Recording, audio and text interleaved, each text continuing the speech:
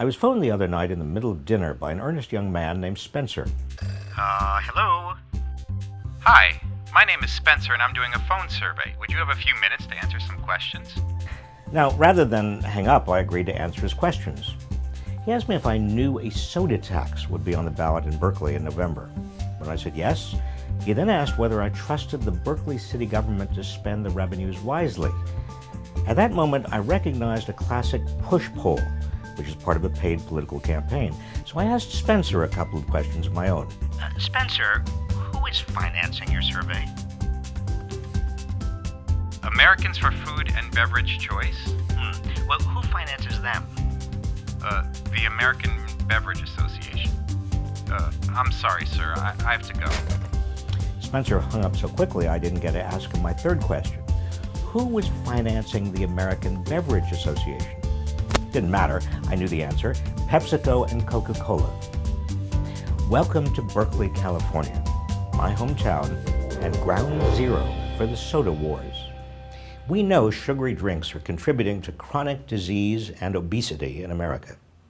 2 out of 3 adults and 1 out of 3 children in the United States are overweight.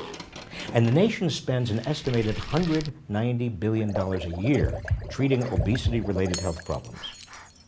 A typical 20-ounce soda contains 15 to 18 teaspoons of sugar and upwards of 240 calories. A 64-ounce fountain cola drink can have up to 700 calories. Now, here is what that much sugar means to your body. People who consume sugary drinks regularly, 1 to 2 cans a day or more, have a 26% greater risk of developing type 2 diabetes than people who rarely have such drinks. For every additional 12-ounce soda children drink each day, the odds of them becoming obese increase by 60% in the following year and a half. Now, the thing is, we actually have some good ideas about how to curb these alarming statistics. Taxing a product to reduce its consumption is a tried and true public policy. Just look at what happened with cigarettes.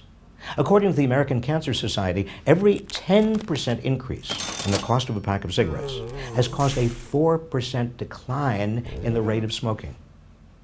But 4 years ago, the Supreme Court decided corporations are people under the First Amendment, entitled to their own freedom of speech. And since then, Big Soda has poured a fortune into defeating ballot initiatives to tax or regulate sugar drinks. Some 30 special taxes on sugary drinks have been introduced in various states and cities around the country, but none has passed. Not even California's legislature, with Democratic majorities in both houses, could enact a proposal putting warning labels on soda, even though polls showed more than 2/3 of Californians supported a soda tax. So now the soda war has come to Berkeley, California. And if a soda tax can't pass in Berkeley, perhaps the most progressive city in America, it can't pass anywhere. Big Soda knows that, which is why it's determined to kill it here. So far, it's spent $800,000 in this city of 112,000 people, roughly 10 times what the supporters of the tax have raised. Locals say Big Soda is breaking all previous records for spending on ballot measures.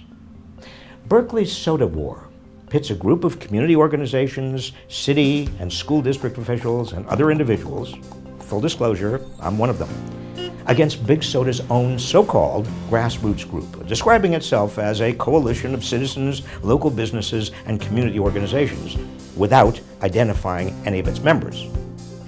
This is regular people against the flood of corporate money that has engulfed our politics and legislative battles across America. And up until now, big money has won every time. But this has to change. 50 years ago, Berkeley's free speech movement captured the nation's attention and imagination. It signaled a fundamental shift in the attitudes of young Americans toward older forms of authority.